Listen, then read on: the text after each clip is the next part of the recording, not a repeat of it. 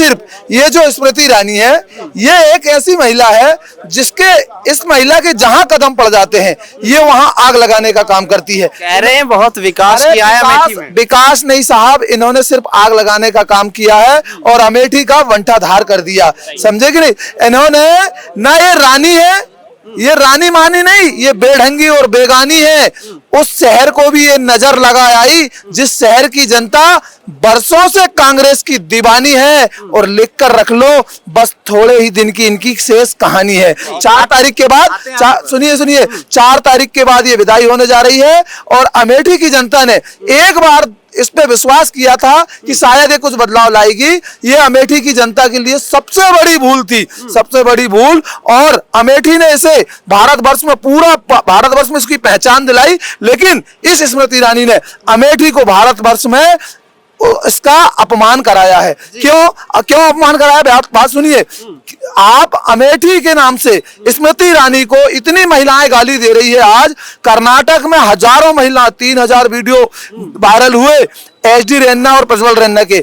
स्मृति ईरानी बाल विकास मंत्री है, एक शब्द नहीं बोला इन्होंने उन महिलाओं के लिए। उन महिलाएं बेचारी श्राप नहीं देती होगी अमेठी को, है ना। अमेठी के कारण स्मृति का नाम जाता है तो अमेठी का भी नाम बदनाम हो रहा है। इन्होंने, ये ब्रजभूषण ने कितनी हमारे भारत देश में मेडल लाने वाली खिलाड़ियों को घसीट के मरवाया, उसके लिए ये नहीं बोली स्मृति ईरानी। मणिपुर में महिलाओं को नंगा करके घुमाया गया, उसमें स्मृति ईरानी नहीं बोली। ये किस लिए मंत्री बनाई गई? इसे भारत की मंत्री बनाया गया। लेकिन इसके कारण आज भारत की जनता अमेठी को भी नीचा दिखा रही है। लेकिन अमेठी की जनता इस बार मुंह तोड़ जवाब देगी और 4 तारीख को स्मृति ईरानी अपना डेरा बांध के और दिल्ली रवाना कर जाएगी। अब तो ये जनता यहाँ की जवाब देगी उनको कि उन्होंने कितना काम किया है।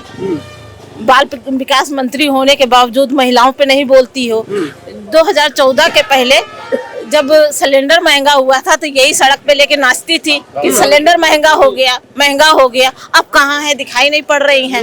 जो कि 1200 तक सिलेंडर चला गया। हम लोग महिलाएं, हम लोगों को घर चलाने में बहुत दिक्कत होती है। मोदी जी ने महंगाई, इतनी ज्यादा महंगाई कर दी है कि बच्चों की पढ़ाई और खाना खर्चा सब चीज व्यवस्था करना बहुत मुश्किल, ऊपर से बेरोजगार।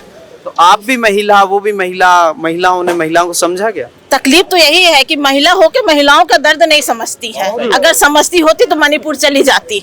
जिस तरह का वहाँ व्यवहार किया गया, जो कि वहाँ गवर्नमेंट बीजेपी की ही है, तो फिर हम कैसे उम्मीद करें कि ये आगे काम करेंगी। स्मृति ईरानी को जिताना बहुत बड़ी भूल है। इसलिए हम जनता से अपील करेंगे कि गलती को अपना दोहराए ना, कमल के फूल में वोट ना दे, सिर्फ हाथ का पंजा। हाँ जी, आपका क्या कहोगे? दीदी प्रचार कर रही है, फिर से आ रही हैं? फिर यही बात हम भी कहेंगे जो इन्होंने कहा है। सिलेंडर महंगा, सारा कुछ महंगा है। स्मृति ईरानी ने यहाँ के लिए करा क्या है? घर चल रहा है अच्छे से? यहाँ क्या चल रहा है? कुछ नहीं अच्छा चल रहा है यहाँ कुछ भी नहीं। स्मृति ईरानी सिर्फ अपना ही फोकस दिलाती है कि महिलाओं के लिए या यहाँ की जनता के लिए क्या करा है।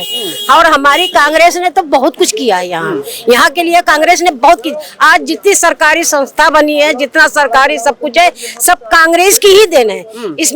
स्मृति ईरानी ने और मोदी जी ने यहाँ क्या करा है? मोदी जी ने कुछ नहीं किया। मोदी जी बड़े बड़े मंचों से कह रहे हैं बहुत विकास किया है। चारों ओर विकास किया। आप लोगों को नजर आता है, हम लोगों को नजर नहीं आता। जो जमीनी नेताओं से पीछे, जमीन के जो जनता है उनसे पूछिए, जो गरीब ठेले वाले हैं, खोंचे वाले हैं, उनसे पूछिए मोदी ने क्या करा है। अरे मोदी जी कह रहे हैं 140 करोड़ भारतीय मेरा परिवार है, किसी को भूखा नहीं सोने दे रहे।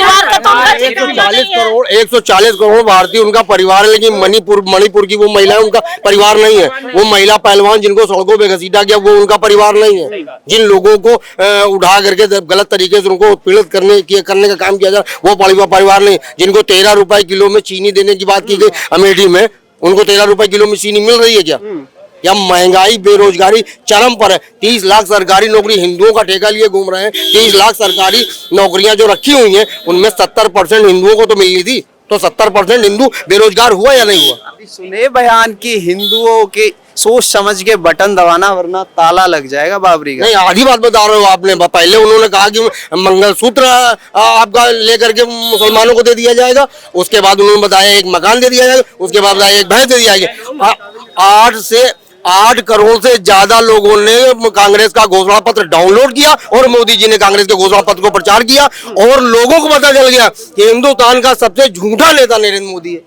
अरे अब तो कह रहे हैं हम हिंदू मुस्लिम कहाँ करते आप बताइए जो आपने कहा, जो आपने बताया कि अगर कांग्रेस की सरकार बनती तो एक मकान छीन लिया जाएगा, एक भैंस छीन ली जाएगी, मंगलसूत्र छीन लिया जाएगा। कांग्रेस तो घोषणा पत्र में कहीं लिखा हुआ है? अगर नहीं लिखा है तो सबसे झूठा नामांकन के समय कह रहा है कि मुसलमान जो अल्पसंख्यक है हम उनके घर जाते हैं, सेवई खाते हैं। आप खुद ही कह रहे हैं वो झूठ बोलता है। 2 दिन पहले अगले ने कहा कि 2 दिन पहले हम बताते हैं, सब दिखाइए खाइए कुछ ना। अरे नहीं वही हम बताते हैं, एबीपी वाले नहीं है यूट्यूब चैनल। मैं पूर्व चेयरमैन प्रत्याशी डॉक्टर मोहम्मद हनीफ लाहरी, गौरीगंज पूर्व लोकसभा विधानसभा प्रत्याशी का वाटसन लहरी का भाई हूँ। मैं अपने समर्थकों के साथ कांग्रेस पार्टी में विलय हो गया हूं। यहाँ पर मैं किशोरी लाल जी का समर्थन करने आया हूं। और रही बात बीजेपी या स्मृति ईरानी जी की, तो भी तो प्रचार कर रही हैं बहुत जोर शोर के साथ। हाँ, जोर शोर से प्रचार कर रही है तो विकास भी जोर शोर से करना चाहिए था। कह तो रही हैं बहुत विकास की भी सरकार है, केंद्र में भी सरकार है। अगर उनका विकास देखना है तो आप अमेठी से विशेषरगढ़ रोड चले जाइए। पार दूसरी तरफ इंडिया गठबंधन, क्या है माहौल? कह रहे 400 पार ला रहे हैं। यह लोग केवल धर्म और जाति के नाम पे हम लोगों को हिलगाए रखे हैं। हमेशा इनके भाषणों में हिंदू मुसलमान करते हैं। आप यह बताइए हमें। सुना प्रधानमंत्री वो कह रहे हैं हम हिंदू मुसलमान नहीं करते, राजनीति से संन्यास ले लेंगे अगर करें तो। हमेशा करते हैं, कहते हैं हिंदू खतरे में, हिंदू खतरे में। कहाँ से हिंदू खतरे में भाई? ये हमारे भाई है, मुस्लिम है, हम हिंदू हैं। हिंदू और मुस्लिम उसका मुद्दा है, उसके अलावा कोई नहीं। उसके पास यही मुद्दा रह गया। उसने कानून बेच लिया, बैंक बेच लिया, रेलवे बेच लिया, हिंदुस्तान की धरती बेच लिया। और जो चीजें बेचा हुआ है वो कांग्रेस की देन है, तब बेच लिया। अल्लाह कभी बेच नहीं पाता हो। आप कह रहे हो बेच लिया, कह रहे 5वें नंबर पर इकोनॉमी को ला दिया है, हर व्यवस्था को 5वें नंबर। कौन कह रहा है 5वें नंबर में? सरकार कह रही है। अरे जिस यहाँ जनता कितनी है पूरे भारत देश में? 140 करोड़। और वो खुद छाती ठोक ठोक के कहते हैं कि हमने 80 करोड़ जनता को 5 किलो राशन दिया। तो देश की आधी से ज्यादा जनता 5 किलो राशन में निर्भर है, तो कहां से देश 5वें नंबर पहुंच गया? अरे आप मीडिया वाले क्यों झूठ बोल रहे हो यार? क्यों देश को बिकवाने में लगे? अरे ये देश भी तो आपका है, ये देश को बचाइए। आपको भी तो संविधान का अधिकार है, आपका भी तो लोकतंत्र में अधिकार है। आधी जनता देश की 80 करोड़ जनता 5 किलो राशन ले रही है और आप बोल रहे देश 5वें नंबर में आ गया। तो आधी जनता तो गरीबी रेखा में है, तो फिर कहां से? सिर्फ 20-22 लोग 5वें नंबर में पहुंच गए हैं देश में। ये बात सही है, 20-25 लोग जो है उनको देश के 5वें नंबर में पहुंचाया है मोदी। अच्छा, सरकार कह रही है देश सुरक्षित हाथों में है, अब कह रहे हो देश बचाओ। कहाँ से भाई सुरक्षित हाथों में? आप ये बताइए, अभी मणिपुर में जो हमारी बहनें, हमारी बहन समान है, उनके साथ जो अत्याचार हुआ है, और यहाँ स्मृति ईरानी जहाँ यहाँ से अमेठी संसदीय क्षेत्रीय से प्रत्याशी हैं और बाल विकास महिला मंत्री की लगभग मंत्री हैं, और उनके राज्य में फिर भी आप देखिए महिलाएं सुरक्षित नहीं हैं। कहाँ से देश सुरक्षित हाथों में? आप हमें लगातार हिंदू मुसलमान करते जा रहे हैं। आप ये बताइए, जब हमारा देश स्वतंत्र हुआ तब क्या एक धर्म समुदाय और जाति के लोग थे? उसमें नहीं थे। उसमें हिंदू, मुस्लिम, सिख, ईसाई सभी जाति और धर्म के लोग थे। आप ये बताइए किन लोगों ने देश स्वतंत्र कराया है? केवल सारे लोगों ने। लेकिन फिर भी बराबर हिंदू मुस्लिम करके हम जैसे भाइयों को, ये मुस्लिम है हम हिंदू हैं, हम लोगों को आपस में लड़ाने का काम कर रहे हैं भारतीय जनता पार्टी की सरकार। लेकिन हम लोगों ने और अमेठी की जनता ने इस बार निर्णय लिया है कि भारतीय जनता पार्टी की सरकार को हम लोग जड़ से उखाड़कर इतनी दूर फेंकेंगे कि जन्मों तक इन लोगों की सरकार यहाँ राज न कर पाएगी। मोदी जी कह रहे हैं, अमित शाह जी कह रहे हैं वोट बैंक की राजनीति करती है कांग्रेस, हम देश को सबका साथ सबका विकास करते हैं। कहाँ से करती है? कहाँ से विकास हुआ है? हम देख रहे हैं, हमें लगभग 1 हफ्ता हो गया है अमेठी में। स्मृति जी हमेशा सोशल मीडिया में चिल्लाती हैं अमेठी में ये हुआ है वो हुआ है। हम जा रहे हैं, प्रचार हम कर रहे हैं, गांव जाके। सड़कें देखो भाई, तो अगर छोटी सी गाड़ी है तो वो सुंदर फंस जाती है, बहुत दिक्कत पड़ती है, गाड़ी में तक सुंदर नुकसान हुआ। सवाल यहाँ अमेठी की जनता से पूछ रहे हैं, कभी आप बैठ करके अमित शाह और मोदी जी से पूछा यही सवाल कि आपने देश के लिए क्या किया है? तो प्रधानमंत्री जी भी इंटरव्यूज दे रहे हैं। भारतीय जनता पार्टी के नेता किसानों की बिल्कुल एक बात नहीं सुनते हैं। सरकार तो कहती है किसान हितैषी सरकार है, किसान सम्मान निधि दे रही है। किसान हितैषी सरकार कांग्रेस थी। 2011 में 72,000 करोड़ रुपए कांग्रेस गवर्नमेंट ने पूरे हिंदुस्तान का माफ किया था। ये होती है किसान हितैषी सरकारें। तो सरकार किसान हितैषी किसान हितैषी बिल्कुल सरकार नहीं, गुंडा राज चल रहा है सीधा सीधा भारतीय जनता पार्टी की सरकार में। हाँ जी भैया, गुंडा राज चल रहा है कह रहे हैं।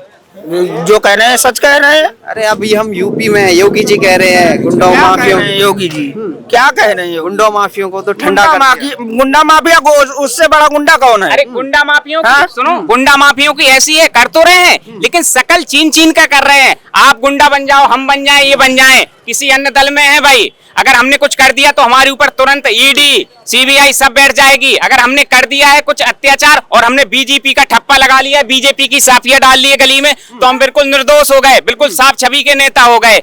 भारतीय जनता पार्टी की सरकार में केवल जो अन्य लोग हैं उनके ऊपर निशाना साध रही है भारतीय जनता पार्टी की। क्या ब्रजभूषण जी हैं हमारी देश में, हमारी महिला पहलवान है जो विदेशों में जाके भारत का नाम रोशन करती हैं, उनके ऊपर अत्याचार हुआ है। ब्रजभूषण सरी से गुंडे भारतीय जनता पार्टी के सांसद रहे हैं, कहां से, कैसरगंज से, अत्याचार कर रहे हैं लेकिन फिर भी उनके ऊपर कुछ नहीं हो रहा है। आप हमें जवाब दीजिए इसका। हाँ जी सर, आप कहाँ से हो? जी प्रतापगढ़। प्रतापगढ़ से। यहाँ कैसे आना होगा? जी यहाँ इसलिए आया हूँ कि देश की एकता अखंडता टूट रही थी, मर रही थी, उसको जिंदा करने के लिए राहुल गांधी जो है 4000 पैदल यात्रा किए, इसलिए उसको जिंदा करने के लिए हम भी उनके साथ देने के लिए प्रतापगढ़ से आज 3 दिन से यहाँ डेरा डाले हुए हूँ कि उनका साथ दूं। क्योंकि जहाँ जो है एकदम जो है हुकूमत जो है जुर्म करने पे उतारू है। यहाँ तक कि अगर कोई आदमी हिंदू ही मंदिर में चला जाता है तो मंदिर को धुला जाता है। ये कौन सा धर्म है? जब हिंदू भाई हमारा, तो आप हिंदुओं को हिंदू से लड़ा रहे हो, मुसलमान को मुसलमान से लड़ा रहे हो, एक अखंडता को खंडित कर रहे हो हिंदुस्तान को। वो हिंदुस्तान जो सोने के सरकार कह रही है सबका साथ सबका विकास, आप कह रहे हो लड़ा रहे हो। जमीन से हटकर जमीन के नीचे की बात कर रही है, आसमान से ऊपर की बात कर रही है, न जमीन के अंदर की बात कर रही है, न कोई जमीन स्तर की बात ही नहीं कर रही है।